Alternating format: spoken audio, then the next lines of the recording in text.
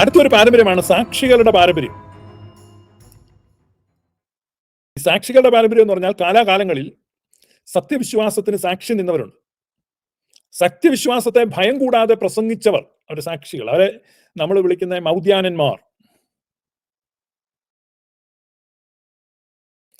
ഈ മൗദ്യാനന്മാരുടെ ഏറ്റുപറച്ചിൽ, ദ കൺഫസേഴ്സ് എന്നാണ് അവരെ ഇംഗ്ലീഷിൽ വിളിക്കുമ്പോൾ കൺഫസേഴ്സ്.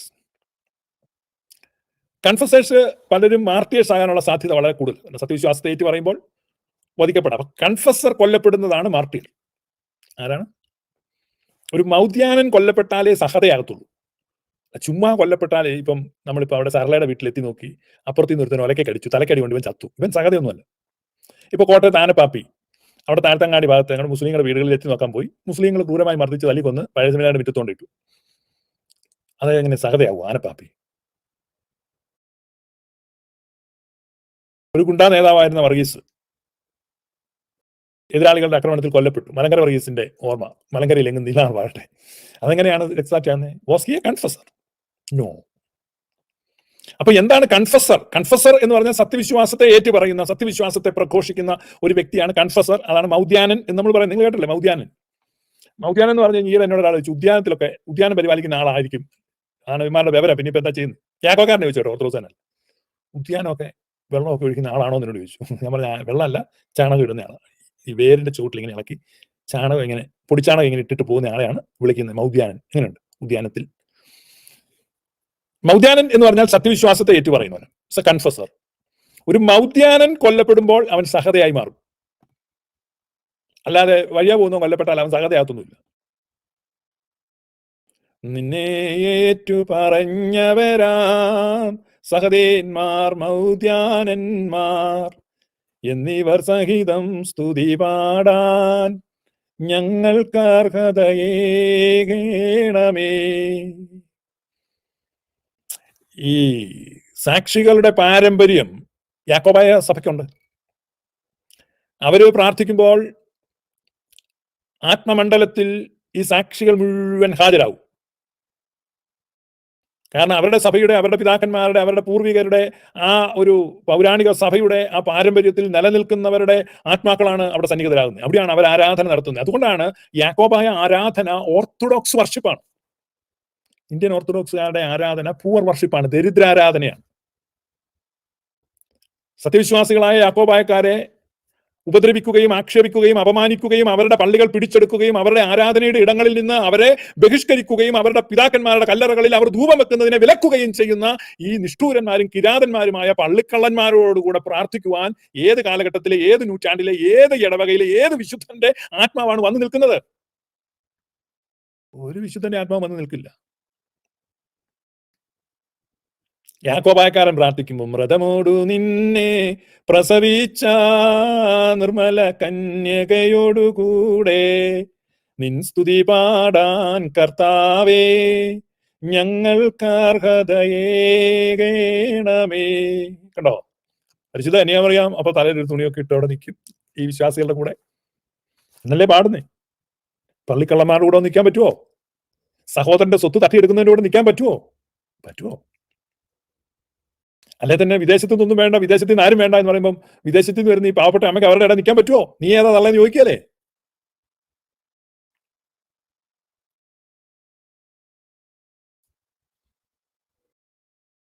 ചോദിക്കാല്ലേ? 14 മൈലുകാരുടെ കളറുണ്ടോ, കശാപ്പ് മണമുണ്ടോ ഇത് ചോദിച്ചു കഴിഞ്ഞാൽ കുഴഞ്ഞില്ലേ? ഇത് രണ്ടും ഇല്ല. അമ്മ ഓടേണ്ടി വരത്തില്ലേ? നിന്നാഗമനം പ്രവചിച്ച സത്യപ്രവാചകരോടുകൂടെ. ഈയിടെ മാർത്തശ്മുനിയുടെ ഒരു പുസ്തകം IOC-ക്കാർ ഇറക്കി, ഭയങ്കര തമാശയായിരുന്നു. ശ്മൂനി ചരിതം. എന്റെ പിന്നെ ചിരിച്ചു പറഞ്ഞത് കഞ്ഞിക്കുഴി ശ്മൂനിയായിട്ടല്ല ബന്ധം.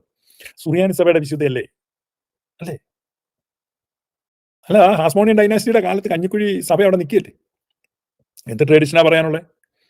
മക്കാബിയൻ റിവോൾട്ടും തുടർന്ന് വന്ന ആ വലിയ വിച്ചു, നമ്മുടെ കർത്താവ് വിശ്വസിക്കുക പെരുന്നാളിന് പോയി പങ്കെടുക്കുന്നതായിട്ടൊക്കെ യോഹന്നാൻ ശ്ലീഹ എഴുതുന്നുണ്ട്. പ്രതിഷ്ഠാ മഹോത്സവത്തിന് പോയി പങ്കെടുത്തു അല്ലേ?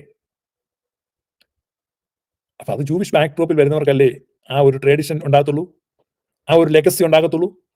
അപ്പൊ ഈ മൗലിക സഭ അല്ലെങ്കിൽ തനത് ദേശീയ സഭയ്ക്ക് എങ്ങനെയാണ് ആ ട്രഡീഷൻ വരുന്നത്? തനത് ദേശീയ സഭയ്ക്ക് നാണമില്ലേ അതെടുക്കാൻ? തനത് ദേശീയ സഭയായിട്ട് ഒരു ബന്ധം വരാൻ പറ്റില്ല. അപ്പൊ അതാണ് സാക്ഷികളുടെ ഒരു പാരമ്പര്യം. സാക്ഷികളുടെ പാരമ്പര്യം. അതിലും മാർക്ക് ബിഗ് സീറോയാണ്, വട്ടപൂജ്യം. എൻ്റെ അഭിപ്രായമാണ്, എൻ്റെ നിരീക്ഷണമാണ്. വെറും 0 മാർക്കേ കൊടുക്കാൻ പറ്റത്തുള്ളൂ. അല്ല, താങ്കൾ പറയുന്നത് തെറ്റാണ്. ഇന്ത്യൻ ഓർത്തഡോക്സ് വിഭാഗത്തിലെ എല്ലാവർക്കും സ്വാഗതം കേട്ടോ, ആർക്ക് വേണേലും വരാം. നിങ്ങൾക്ക് സ്വന്തമായിട്ടൊരു വീഡിയോ ഇറക്കാം, അല്ലെങ്കിൽ എൻ്റെ ഒപ്പം ഇരുന്ന് എൻ്റെ മുഖത്ത് നോക്കി ഒരു മറുപടി അങ്ങ് പറയണമെന്നൊക്കെ തോന്നുന്നുണ്ടെങ്കിൽ, കൈ ധരിക്കുന്നവരുണ്ട് എന്നൊക്കെ കമന്റ് കാണാറുണ്ട്. നിങ്ങളുടെ എവിടെ ധരിച്ചാലും പ്രശ്നമില്ല, നിങ്ങൾ ഇവിടെ കയറി വരൂ. എന്നിട്ട് എന്നോട് പറയാം, താങ്കൾ പറഞ്ഞ തെറ്റ്, ഞങ്ങളുടെ അപ്പോസ്തോലിക് ട്രഡിഷൻ ഇതാണ്, ഞങ്ങളുടെ റിച്വലിസ്റ്റിക് ട്രഡിഷൻ ഇതാണ്, ഞങ്ങളുടെ തിയോളജിക്കൽ ട്രഡിഷൻ ഇതാണ്, ഞങ്ങളുടെ ലിറ്റർജിക്കൽ ട്രഡിഷൻ ഇതാണ്, ഞങ്ങളെ സംബന്ധിച്ച് ഞങ്ങൾക്ക് വിറ്റ്നസസ് ഇതാണ് ഞങ്ങളുടെ ലിസ്റ്റ് ഓഫ് വിറ്റ്നസസ്. അപ്പൊ ഓർത്തഡോക്സ് വർഷിപ്പ്, ഒരു ഓർത്തഡോക്സ് സഭ ഓർത്തഡോക്സ് വർഷിപ്പ് നടത്തുന്ന സഭയാണ്. അപ്പൊ എന്താണ് ഈ ഓർത്തഡോക്സി? അപ്പൊ ഓർത്തഡോക്സിയുടെ ലെഗസീസ് ഓഫ് ഓർത്തഡോക്സി ആണ് ഞാൻ പറയുന്നത്. ഓർത്തഡോക്സിക്ക് ഈ ലെഗസി ഉണ്ടായിരിക്കണം, ചുമ്മാ പേരിൽ മാത്രം. ഇപ്പൊ വെള്ളിക്കോലെന്ന് പേരിട്ടാൽ അതിനകത്ത് വെള്ളി കണ്ടോ? വെള്ളിക്കോലിൽ വെള്ളിയുണ്ടോ? മുതലക്കുളം മൈതാനത്ത് മുതലുണ്ടോ? വെള്ളിക്കോലിൽ വെള്ളിയുണ്ടോ? മുതലക്കുളം മൈതാനത്ത് മുതലുണ്ടോ? ഇന്ത്യൻ ഓർത്തഡോക്സ് സഭയിൽ ഓർത്തഡോക്സി ഉണ്ടോ? വേണമെന്ന് നിർബന്ധമില്ല. വെള്ളിക്കോലിന്റെയും മുതലക്കുളം മൈതാനത്തിന്റെയും സ്വന്തം നാടായ കേരളത്തിൽ നിന്ന് അടുത്ത പ്രോഡക്റ്റ് ഞങ്ങൾ അവതരിപ്പിക്കുന്നു, Indian Orthodox church with no orthodoxy. What element of orthodoxy you have, what element of orthodoxy you can claim?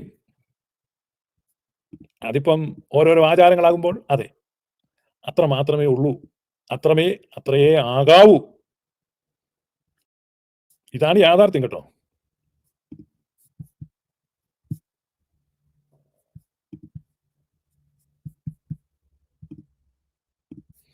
ഇതാണ് യാഥാർത്ഥ്യം.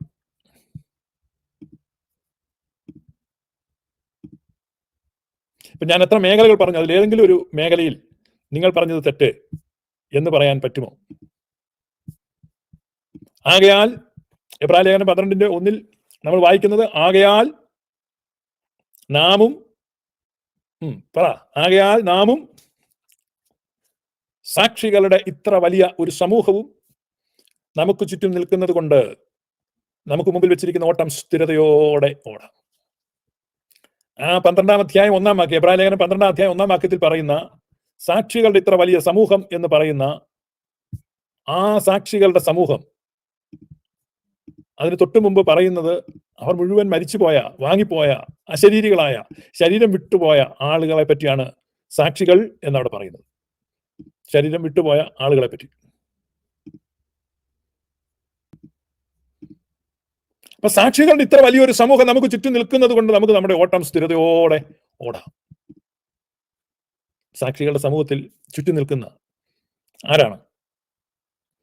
ഇന്ത്യൻ ഓർത്തഡോക്സ് വിശ്വാസികൾ ഓരോരുത്തരും ചിന്തിക്കും, നിങ്ങളുടെ ബലിയർപ്പണ വേളയിൽ സാക്ഷികളുടെ സമൂഹം ചുറ്റും നിൽക്കണം എന്ന് പറഞ്ഞാൽ ആരൊക്കെയാണ് നിൽക്കുന്നത്? യാക്കോബാക്കാരൻ പറയുന്നുണ്ട്, നിക്കയായാലും കുസ്തന്തീനോപ്പോലിസിലും എഫേസോസിലും വെച്ചുണ്ടായ പുണ്യപ്പെട്ട 3 പൊതുസുന്നോദോസുകളെയും അവകളിലുണ്ടായിരുന്ന മിശിഹായെ ധരിച്ചവരും സ്ലീഹായി കടത്തവരുമായ പുണ്യപ്പെട്ട പിതാക്കന്മാരെയും ഞങ്ങൾ ഓർക്കുന്നു. അതെന്ന് ചോദിച്ചേ, ആ കാലഘട്ടത്തിൽ ഈ ഭാരതത്തിന്റെ തനത് ദേശീയ സഭയിൽ നിന്ന് ആരെങ്കിലും അവിടെ ഉണ്ടായിരുന്നോ? അതിപ്പോ ഓരോരോ ആചാരങ്ങള്, നിന്റെ ആരും അവിടെ ഇല്ല, പിന്നെ നീ അവരെ ഓർക്കുന്നേ? അതിപ്പം ആരെയും ഒന്ന് ഓർക്കണ്ടേ? അത് പറഞ്ഞു, ഡയറക്റ്റ്ലി ബന്ധമില്ല. സുറിയാനി സഭയ്ക്ക് ബന്ധമുള്ളതുകൊണ്ടാണ് സുറിയാനി സഭ ഓർക്കുന്നത്. എന്നിട്ട് അവര് ലിസ്റ്റ് വായിക്കും, എല്ലാവരുടെയും ഇല്ല.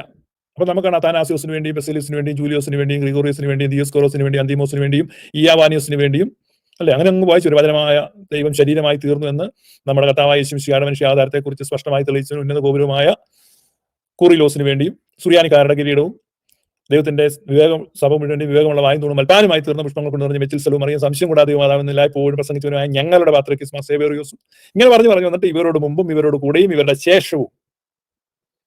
അപ്പൊ മുമ്പ് കൂട്ടി നിദ്ര പ്രാപിച്ച് അതിവിശുദ്ധ സ്ഥലത്തേക്ക് പ്രവേശിച്ച ഇവരെ മുഴുവൻ അനുസ്മരിക്കുകയാണ്.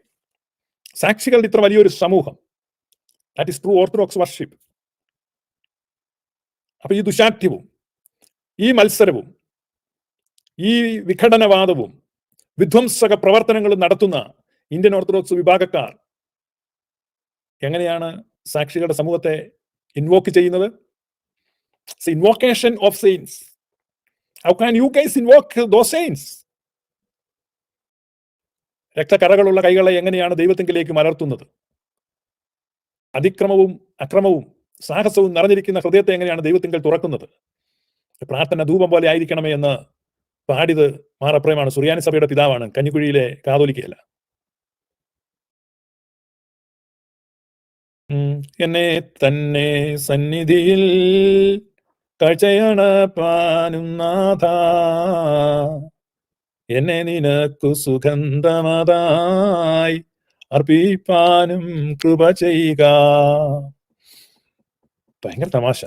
ഇന്നലെ ഒരു ഓർത്തഡോക്സിലെ തിരുമേനി പാടുന്നുണ്ട്, നേർച്ച ദശാംശം റീശീസ. റീശീസ പാത്രോർക്കീസിനുള്ളതാ. റീശീസ സിംഹാസനത്തിങ്കിലേക്കുള്ളതാണ്.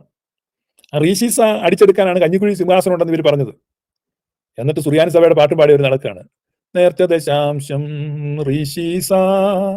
അതൊക്കെ ഞങ്ങൾക്ക് ഇങ്ങോട്ട് പോരട്ടെ എന്നാണ്. അപ്പൊ മിനിമം ഒരു കൊള്ളസംഘം അല്ലെങ്കിൽ പണം തട്ടിയെടുക്കാൻ കർത്താവിന്റെ യഥാർത്ഥ സത്യവിശ്വാസത്തെ ഘോഷിക്കുന്ന സത്യസഭയുടെ മറവിൽ ഒരു വ്യാജസഭ അതിന്റെ എല്ലാ എലമെന്റ്സുകളെയും അനുകരിച്ചുകൊണ്ട് അതിന്റെ വേഷഭൂഷാദികളോടുകൂടെയും പരമാവധി നാട്യത്തോടെയും ഒന്ന് അവതരിപ്പിക്കുന്നു.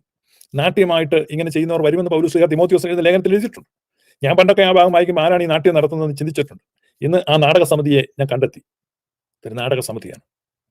പക്ഷേ നിർഭാഗ്യവശാൽ സാമൂഹ്യ മാധ്യമങ്ങളുടെ ആവിർഭാവത്തോടെ ജനങ്ങൾ സത്യം ഗ്രഹിക്കുവാനും തിരിച്ചറിയുവാനും തുടങ്ങിയിരിക്കുന്നു എന്നുള്ളതാണ് ഏറ്റവും മനോഹരമായ കാഴ്ച.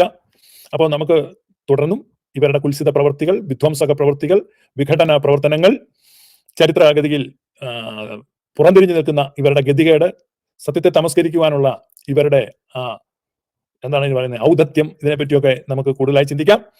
വീണ്ടും കാണുന്നവരേക്കും വണക്കം. May God bless you. Thank you.